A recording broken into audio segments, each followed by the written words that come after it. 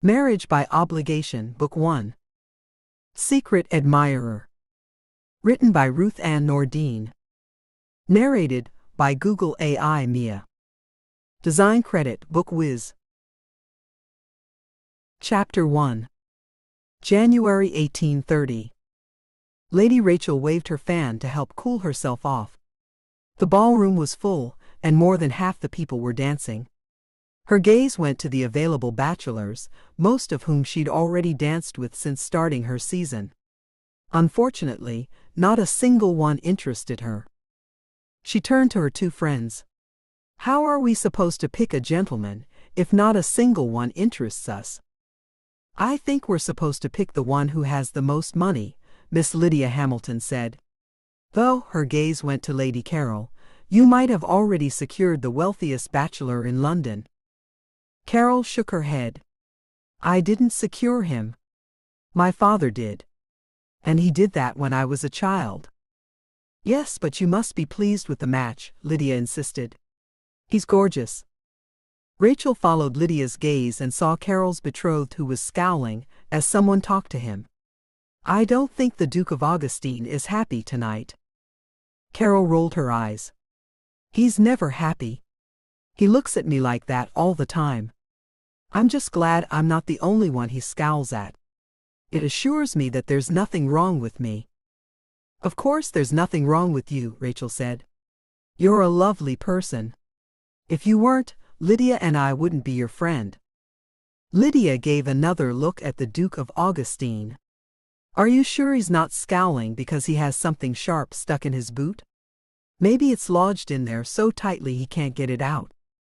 Carol shook her head. "You're much too nice. There's nothing stuck in his boot. He's just an unpleasant person. I don't know who enjoys being around him."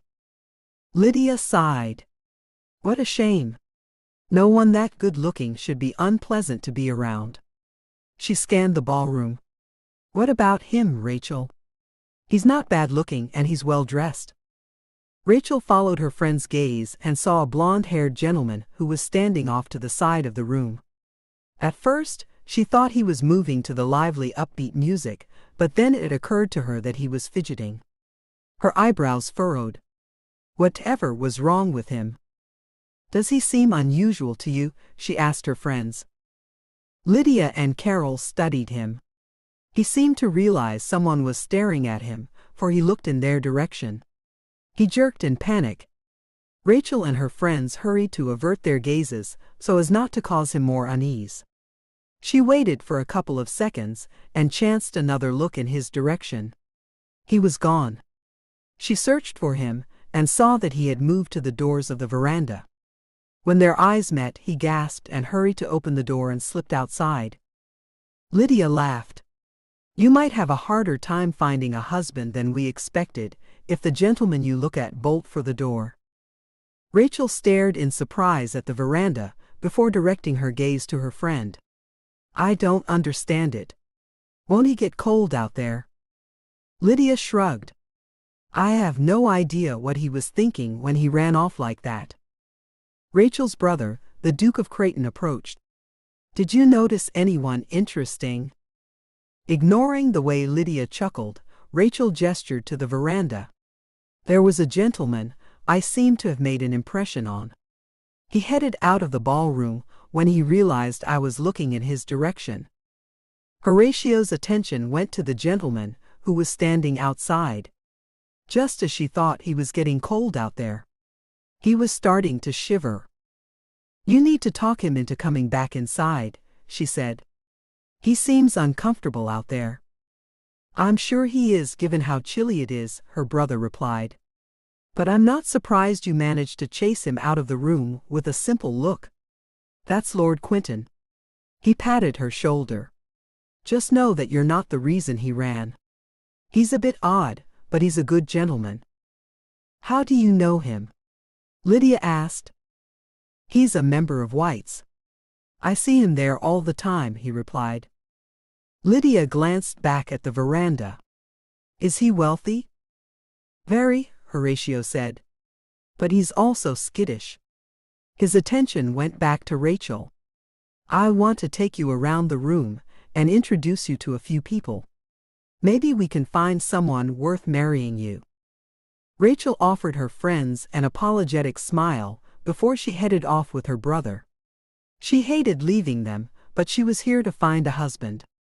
She'd have to wait until she was betrothed before she could fully enjoy herself at these balls. "We have enough money," Horatio whispered, "so we don't have to be concerned with the gentleman's financial status. You have the benefit of choosing someone whose company you enjoy. Earlier today, you said you'd like someone with a sense of humor." "Yes, I love to laugh. What lady doesn't?" She was sure all ladies wanted a gentleman who could make them laugh, but some, like Lydia, had to marry for money. "Are you sure you won't marry Lydia?" He groaned. "Not this again." "I'm sorry, Horatio, but I don't understand what you mean when you say she's like a sister." "I'm your sister. She and I aren't that much alike, nor do we look alike. It's hard to explain. Perhaps if we didn't all grow up together, it would be different, but there's simply no way I can marry her." Rachel sighed, but didn't let him see how much his answer disappointed her. She had hoped that when she made the suggestion at the beginning of the season, he would start to look at Lydia in a different way, but such wasn't the case. He was just as determined not to marry her as he'd been when she first mentioned it. Horatio brought her to a group of people who were talking. Considering there were two couples who appeared to be in their 30s, and one gentleman who was probably 20, she guessed that her brother was hoping to match her up with the younger gentleman. "I hope I'm not interrupting anything important, but I wanted to introduce my sister," her brother spoke up as soon they stopped talking to look their way. "You're not interrupting anything, Your Grace," the older gentleman with blonde hair said. "We were just discussing who might be a suitable lady to introduce my brother to." "Then my timing is perfect." Horatio turned to her. "That is Lord Dorrant and his wife. The other couple are Lord and Lady Worsley." To them he added, "This is my sister, Lady Rachel. She's in her first season." The group offered her a greeting, which she reciprocated. "My brother is Mr. Reuben St. George," Lord Dorrant told Rachel. "He's still getting used to London. I'm here to make sure he doesn't get lost." Mr. St. George rolled his eyes but chuckled. "I'm not a child anymore." His gaze went to Rachel and Horatio. "You get lost one time as a child while exploring the estate, and your older brother never lets you forget it." The group laughed. "You should be glad your brother cares so much about you," Lady Dorrant said. "Not all brothers are as close as you two are." "I am glad," he assured her. "I just wouldn't mind a little more freedom from time to time." When the group stopped laughing, Horatio asked Lord Dorrant, "Will you put in a suggestion at White's for him to become a member?" "I might," Lord Dorrant replied. "I want him to get used to being in London first. It's a lot different here than it is in the country. London is a big place. There are a lot of people." "There's really not much to it," Lord Worsley spoke up. "As soon as you figure out where the main points of interest are, you've discovered all you really need to know. It's nice being in London. There's plenty to do for entertainment, besides walking and reading all the time. There's more than that to do in the country, but I agree it's nice to have so much at your disposal in London," Lady Worsley chimed in. "One thing you can do is dance with my sister if you're inclined," Horatio inserted with a hopeful smile. Rachel was wondering when her brother would get to his reason for bringing her over here. Sometimes she didn't know who was more excited about her season. While she anticipated finding that special someone she was going to spend the rest of her life with, he was the one coming up with ideas on who might make her a good match. She appreciated his efforts, but there were times when it was a little embarrassing. She would have preferred it if Mr. St. George had asked her to dance. Out of politeness, he would dance with her. She didn't know if he agreed to the dance because he wanted to, or if it was because her brother had suggested it. Aware her brother watched her with that spark of hope in his eyes, she accepted Mr. St. George's arm, and let him escort her to the dancing area. Her gaze went to her friends, and she saw the curious expressions on their faces. She offered a shrug. She didn't know what to think of Mr. St. George yet. She just met him. Only time would tell if anything would come from meeting him. Chapter 2. Nothing came from meeting Mr. St. George, Rachel told her friends the next day as they sat in her drawing room. In fact, nothing came from meeting any of the gentlemen last night. The whole ball would have been a waste of my time had you two not been there. Lydia and Carol didn't hide their disappointment. What was wrong with them? Lydia asked. Nothing was wrong with any of them, Rachel replied as the butler set the tray of tea and crumpets down on the table near them. They were all nice. I think I'm the one to blame for not being able to attract a suitor. Maybe I'm boring, or maybe I'm not pretty. Neither one is true, Carol argued. You are a lot of fun to be around, and you are very pretty. You'd make a wonderful wife. If that's true, then why hasn't someone asked to be my suitor yet? Rachel asked. Carol shrugged as the butler poured tea into the cups. Maybe they lack good sense. Despite her disappointment over last evening, her friend's comment brought a smile to Rachel's face. This was why she most enjoyed her time with her friends. No matter how she was feeling, they always found a way to make her feel better. I haven't secured a suitor either, Lydia said. You're not the only lady languishing like a bouquet of wilted flowers in the corner of a room. Yes, but you need to marry for money, Rachel replied. You're looking for someone specific. Not really. He just needs to be rich, handsome, and fun to be around. Lydia accepted the cup from the butler. That's all. Carol took the cup the butler held out to her. That's a lot to ask of any gentleman. Why not compromise? Maybe he can be rich, not so handsome, and a bit dull. Lydia grimaced. If I must save my family from financial ruin, I'd like to at least enjoy being married. You two are fortunate. You didn't have a father who squandered the family money. Rachel accepted the cup from the butler. Aren't your brothers trying to rectify that? Yes, they are, Lydia said. They managed to pay off the family's debts. But now we have very little left for the estate. At least you have an estate, Rachel replied as the butler left the room. Land is worth something. Land can't buy the little luxuries we've taken for granted. Lydia took a sip of her tea. I'm just as spoiled as they are. I like to spend money on things like gowns, delicacies, and entertainment. Your brothers buy gowns? Carol teased. Lydia shook her head at her friend. Very funny, Carol. Rachel giggled. You have to admit the idea of them in gowns does bring up certain images in the mind. Certain hideous images, you mean, Carol added with a chuckle. Lydia gagged. I'm trying to enjoy our refreshments. She picked up a crumpet. I accidentally saw one of them improperly attired one evening and thought I was going to have to gouge my eyes out. Rachel gasped. When did this happen? A year ago, when he got drunk and thought it'd be funny to go through the entire townhouse with only his drawers on. He must have thought he was fighting a dragon, because he kept screaming that he was going to save some damsel in distress while wielding a cane like a sword. Lydia shivered. It was horrible. To this day, the maid and butler chuckle whenever he enters the room. Why didn't you tell us about this before? Rachel asked. She glanced at Carol to make sure Lydia hadn't told Carol about this, and she was assured that this was the first Carol was hearing of the incident too. Why would I want you two to know something like that? Lydia asked. Because it's funny, Rachel replied. It isn't funny, Lydia said.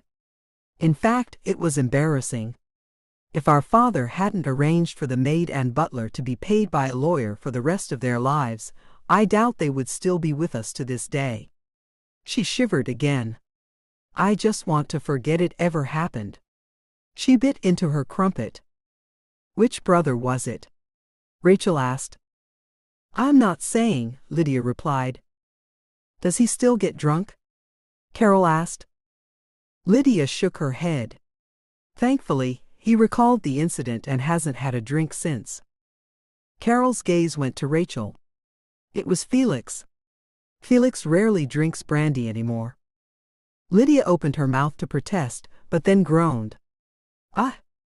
I wish you hadn't figured it out. You're much too clever. Rachel thought for sure it was Oscar, since he wasn't as serious about things as Felix was. Imagine Felix getting so drunk, he thought he was fighting a dragon. She was glad her brother didn't act like that. She caught sight of someone coming into the room, and directed her attention to the butler. He was holding a missive. This came for you, Lady Rachel, he said and held it out to her. She accepted the missive, thanked him, and waited until he left before she opened it. The contents were brief, but they made her pulse race in excitement. Who is it from? Lydia asked when she finished her crumpet. Rachel's gaze went to the bottom of the missive and she frowned. I don't know. Lydia wiped her fingers on the cloth napkin. How can you not know? Didn't the person sign it? Well, he did, but he didn't give his name. Rachel inspected the envelope, but didn't see anything to identify the writer of the missive there, either. He signed it, your admirer. Carol perked up in interest. You received a love note from a secret admirer? Lydia's eyes lit up, and she gestured to the parchment in Rachel's hand. What does it say? Rachel's cheeks warmed. It's a bit personal. In that case, wait. Lydia jumped up and ran to shut the door. She sat back down and gave Rachel her full attention. I don't want to miss anything. Go on. Rachel chuckled. I suppose I can share this with you. All right. She cleared her throat. He wrote, I hope you don't mind that my confession comes on parchment rather than in person, but I had to express my feelings somehow. Lady Rachel Abbott, there is no lady lovelier than you. No one can match you in beauty or in kindness. At night, I dream of you and wish for a future where we might be together. There will never be anyone for me but you. I will always and forever be your devoted admirer. And Lydia prompted. That's all he wrote. Rachel placed the parchment in her lap. She was going to have to keep it. She'd never received anything this wonderful before. Don't you want to know who wrote it? Lydia asked. If I got something like that, I'd want to know who wrote it. Of course I want to know who wrote it, Rachel began, but there's no way I can find out. The sender didn't give me his name or title. Ooh, how romantic, Carol said. I think it's nice that you don't know. It makes it more mysterious. He could be anyone who was at the ball last night. I don't like the mystery of it. Lydia's gaze went to Rachel. I want to know who sent it. Rachel laughed. Read it for yourself. You won't find any clues there. Lydia accepted the missive and looked it over for a good minute before she groaned in frustration. He didn't leave any clues. You'd think the least he could do is leave his initials. Then we could ask around London to see if we can find out who he is. I think the point of the anonymous note is to avoid finding out who sent it, Carol pointed out. Carol's right, Rachel said. He didn't sign it because he doesn't want me to know his identity. It's sweet that he wrote to me. She took the missive and smiled. This is going in my box of treasures. Lydia rolled her eyes. What good is having an admirer if he isn't going to be your suitor? When Lydia put it like that, Rachel supposed she had a point. Maybe it would be nice to know who the sender of this missive was. I don't even know how to start finding out who this gentleman is. You could start with the butler, Lydia suggested. Rachel's eyebrows furrowed. The butler? He was the one who gave you the missive, Lydia said. Surely he got it from someone. That might be the person we should track down. He might be a servant of the gentleman who's besotted with you. Rachel read the missive again. It would be nice to know who thought so well of her. Who knew how many times she might have walked right by him and not know it. Maybe she had even danced with him. If she danced with him, she would have talked to him. All right, Rachel decided. I'll ask the butler about it. Then we'll see if we can find out who sent it. Mr. Edwin Morgan selected 2 bottles of wine that his master, Duke of Creighton, had requested for that evening's meal. He tucked the bottles under his arm, retrieved the candle, and walked up the cellar steps. Once at the top, he closed the door and locked it. Then he placed his keys in his pocket and headed down the hall.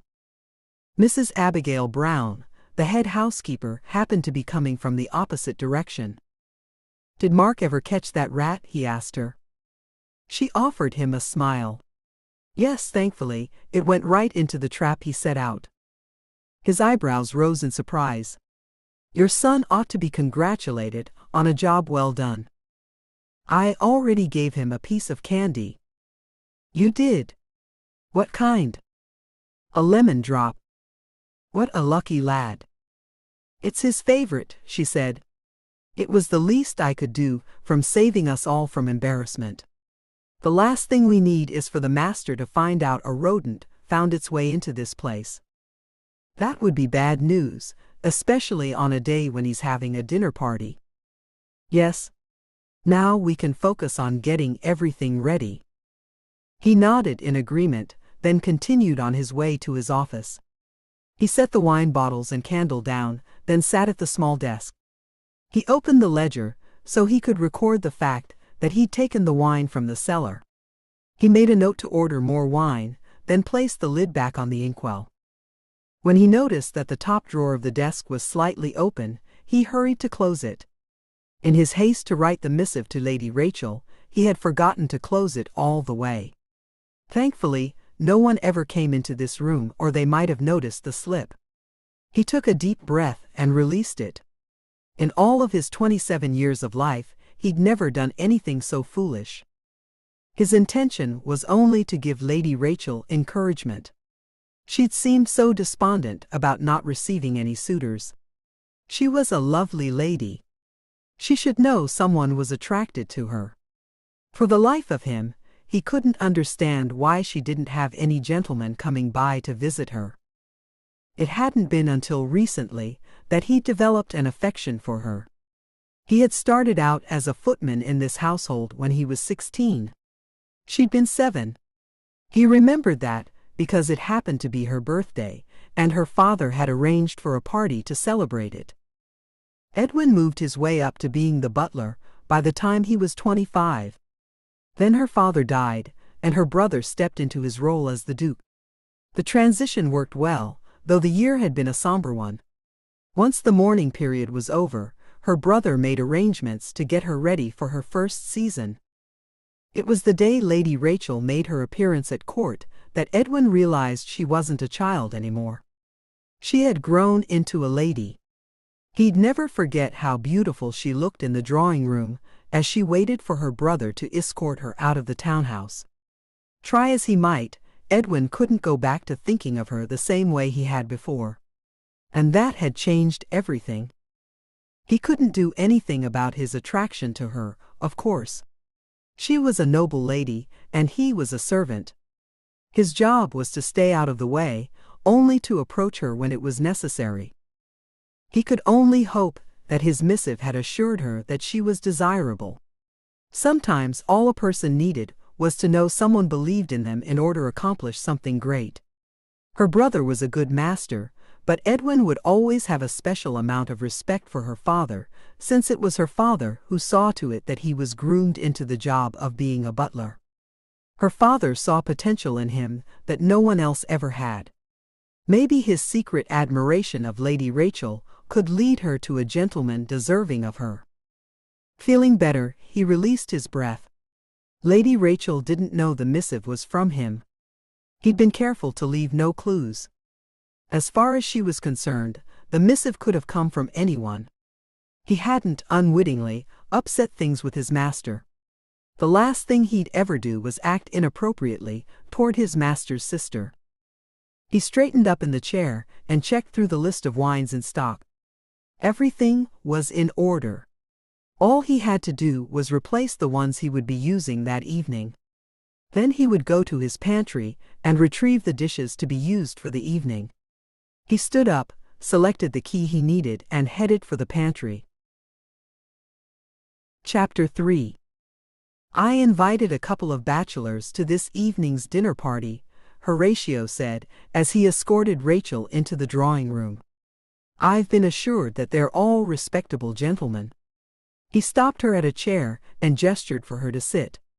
I thought it might help ease your nerves if one of your friends was here. Since Carol is already betrothed, I thought I'd invite Lydia. He winked at her. Who knows? Maybe one of the gentlemen here tonight will be her future husband. Despite feeling too anxious about the evening to drink anything, she accepted the tea from the butler and thanked him. She didn't know if one of the guests this evening might be her admirer. So far, she hadn't gathered the courage to mention the admirer to her brother. She released her breath and forced herself to take a sip of the tea. It had a hint of sweetness in it. Honey, if she guessed right. She loved the combination of black tea and honey. She wondered if her brother had requested it, or if the butler thought to have it prepared for her.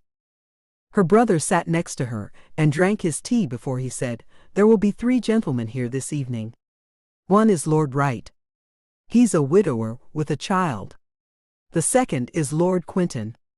He's the one you and Lydia saw escape onto the veranda at the ball the other night." She nodded. Yes, she remembered him. Thinking back on how skittish he was, she was tempted to chuckle. She doubted he was her secret admirer. The script in the missive hadn't been jagged in any way. It had been smooth. So her admirer probably wasn't the skittish type. The last gentleman is Mr. St. George, her brother added. Her eyebrows rose in interest. Maybe Mr. St. George was her admirer. Maybe she had gained his interest at the ball, but hadn't realized it. She took a deep breath to help steady her nerves. I'm glad Lydia will be here. It won't only help me relax a bit, but she's been having trouble finding a suitor too. Unlike me, she needs someone who has money. Will any of these gentlemen be able to help her family? Yes, all of them have more than enough wealth. Good. That was perfect.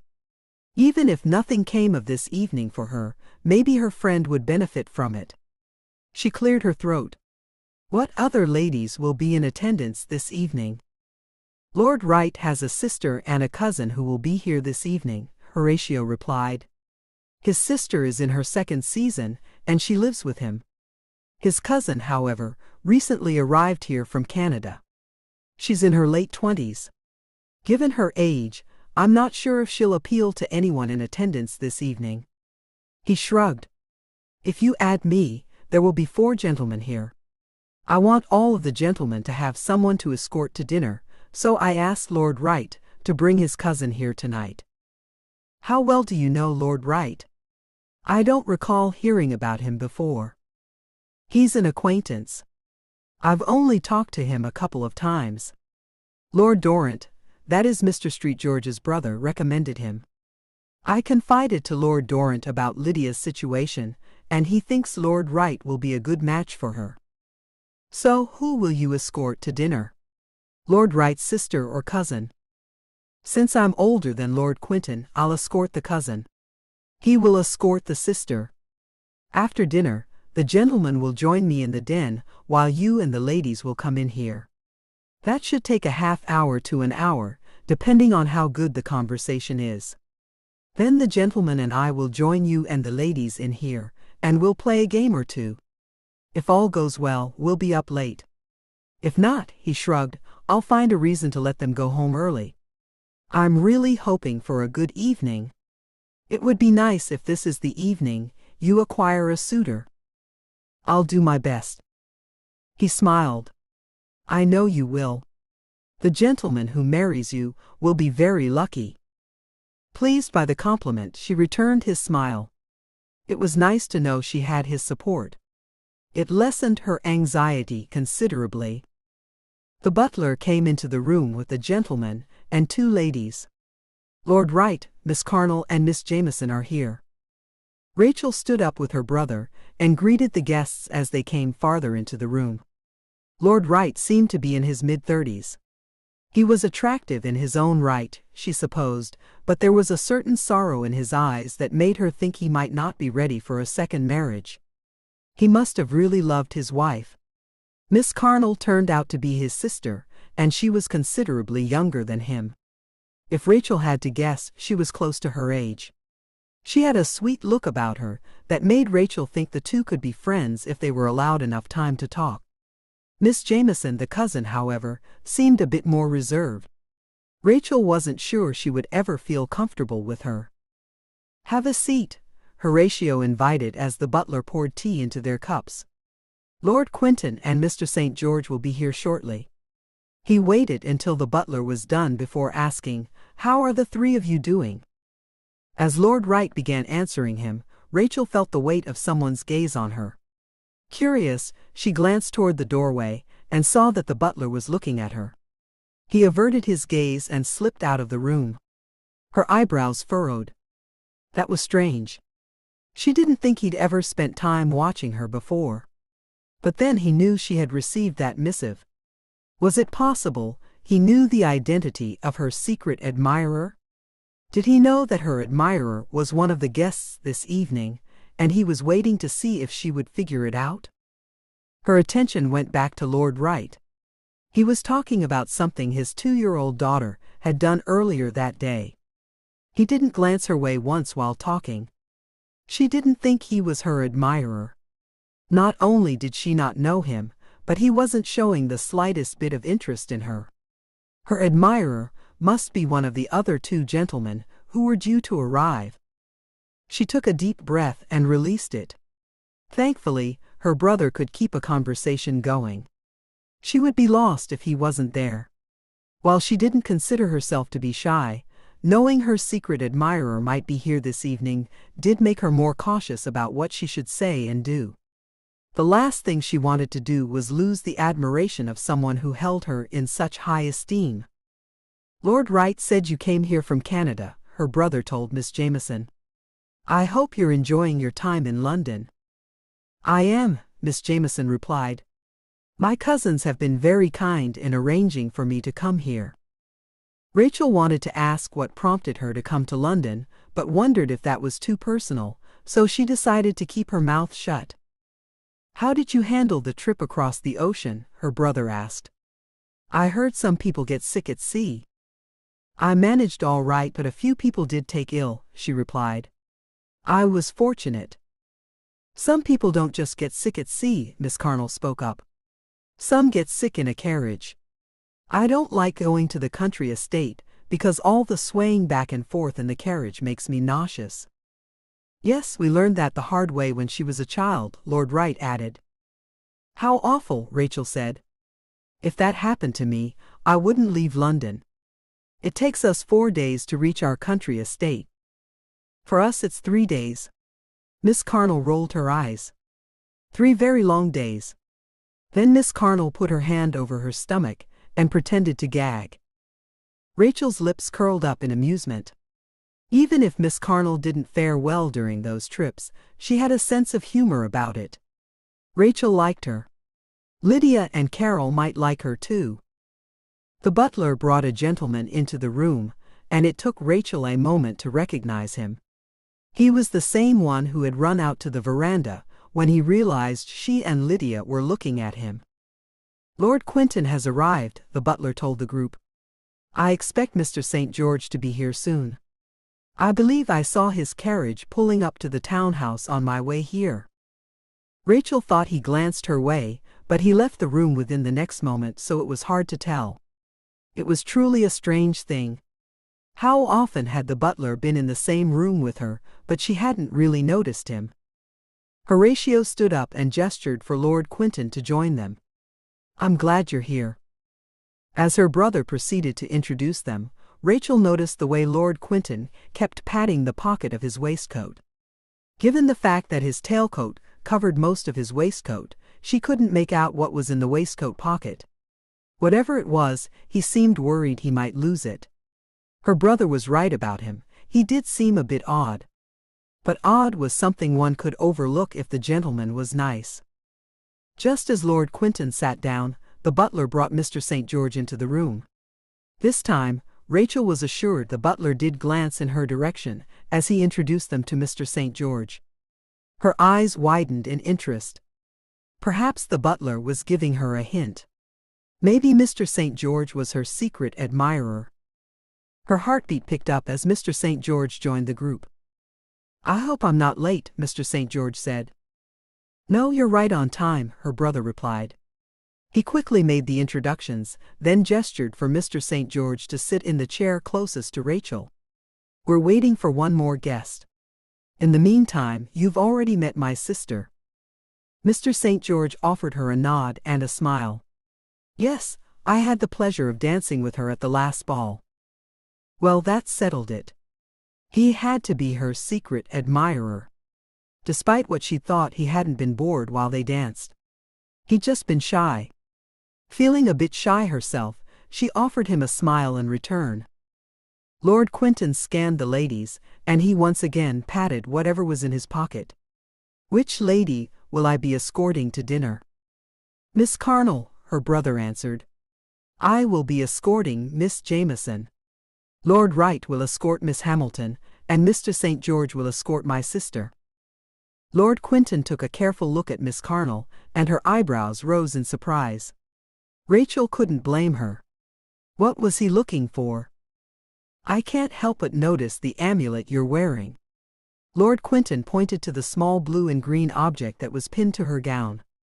"Is that supposed to be the eye of a peacock feather?" Miss Carnell glanced down at the object. "No. And it's not an amulet. It's a cameo." He took another good look at it, then relaxed. "All right. I'll be happy to escort you to dinner." Rachel glanced back at Miss Carnell. The two made eye contact, and Miss Carnell gave Rachel a questioning look. All Rachel could do was shrug. She didn't have the slightest idea as to why Lord Quinton was worried about the cameo. The butler returned to the room, and this time he brought Lydia with him. Rachel smiled, glad her friend had finally made it. "Miss Hamilton, Lord Wright will be your escort to dinner this evening," her brother said after he introduced her to the group. Rachel thought it was funny he should refer to Lydia so formally when they had grown up together, but considering the fact that they were surrounded by strangers, she understood why he'd done it. She just hoped she didn't slip and call her friend Lydia until after dinner. After dinner, things would be more relaxed. Lydia settled into her chair. "Can we change the ladies we escort to dinner?" Lord Quinton asked. Shocked he should ask the question, Rachel's gaze went to her brother. She might be new to these dinner parties, but she was sure this kind of thing didn't happen a lot. Poor Miss Carnell. This had to be embarrassing for her. She offered Miss Carnell an apologetic smile. Horatio moved his mouth for a moment, but no sound came out. Finally, he cleared his throat. "It's just dinner, my lord." "Yes, but dinner can set the tone for the rest of the evening." Lord Quinton once again patted his pocket. "It's nothing personal against Miss Carnell. She's a very attractive lady. It's just that she is wearing that cameo. Even though it's not the eye of a peacock, it's a bit unsettling. You see, the eye of a peacock is unlucky." "Do you want me to take it off?" Miss Carnell asked. "Oh, I would never tell a lady to remove her cameo," Lord Quinton replied. "That would be rude." Rachel's eyes grew wide. That would be rude, but asking to escort another lady to dinner wouldn't be. Horatio glanced between Lord Quinton and Miss Carnell. "Well, I don't wish to be a bad host." Miss Carnell's cheeks grew pink, but she offered a polite smile. "It's all right with me if another gentleman escorts me to dinner. I don't mind." Rachel winced on her behalf. She had to have minded. If Rachel's escort asked to be with someone else, she would be so embarrassed that she'd want to leave the room. "Thank you," Lord Quinton told her. That's very gracious of you, Miss Carnell. Not hiding his relief, he turned to Lydia. I'll escort you. Lydia's eyebrows furrowed. Why me? Your hair is a pleasant blonde color, and your last name isn't close to the word Carnell. Also, you're wearing a pink gown. Miss Jameson is wearing red, so I don't feel comfortable picking her. Lady Rachel's hair is so dark that it's like raven wings. Of all the ladies in attendance, you are the best choice. He spoke in such a matter-of-fact way that Rachel would have chuckled if she didn't feel so bad for Miss Carnell. But Miss Hamilton is supposed to be my dinner companion, Lord Wright spoke up. I don't mean to be impolite, but I can't escort my sister to dinner. Why don't you escort another lady then? Lord Quinton asked. Lord Wright turned his bewildered expression to Horatio. Horatio, in turn, glanced at Rachel with a question in his eyes. Rachel knew she was the only lady who could be paired up with him. She wasn't his cousin, and she wasn't his sister. As much as she hated to do it, it was the only way to ensure the evening went smoothly. She reluctantly turned her gaze to Mr. St. George. In light of recent events, would you mind if Lord Wright escorted me to dinner this evening? Mr. St. George offered her an understanding smile. I don't mind. What a relief. He wasn't upset with her. With a glance at Miss Carnell, Mr. St. George added, It'll be my pleasure to escort you to dinner. I happen to like the colors blue and green. It's not the combination of blue and green that I don't like, Lord Quinton said. It's the way the colors were put together. Doesn't anyone else see the eye of a peacock in that piece of jewelry she's wearing? The eye of a peacock would be on a feather, not a cameo, Lord Wright pointed out. That thing was made by someone, Lord Quinton said. That someone could very well have intended for that thing to be the eye of a peacock. Lord Wright seemed as if he was ready to respond, but let out a loud sigh and shook his head. Rachel didn't blame him for being annoyed with Lord Quinton. He had ruined things for them both. Now her secret admirer wouldn't escort her to dinner, nor would Lord Wright be Lydia's escort. Poor Lydia was going to be stuck with Lord Quinton. That particular gentleman was more than odd. He was downright difficult. Thank goodness he hadn't asked to escort her. She didn't think she could have said yes. Then the dinner party would have been ruined for sure. She would have to invite Lydia to go shopping with her, as a way to make things up to her. Then they could stop by that shop which had those special candies Lydia enjoyed. Lydia didn't often get any sweets from there because they got expensive, but Rachel could afford to splurge on a few for her friend's sake. The other day, I heard the most marvelous joke, Horatio spoke up. Everyone's attention went to him. There was a certain lawyer who became sick, her brother continued. The malady he had was such a frightful thing that he created his will. In this will, he gave his estate to fools and madmen. When asked why he would give all of his possessions to fools and madmen, he said, They are the reason I have the estate, so I might as well give it all back. The group laughed, and the mood in the room lightened considerably.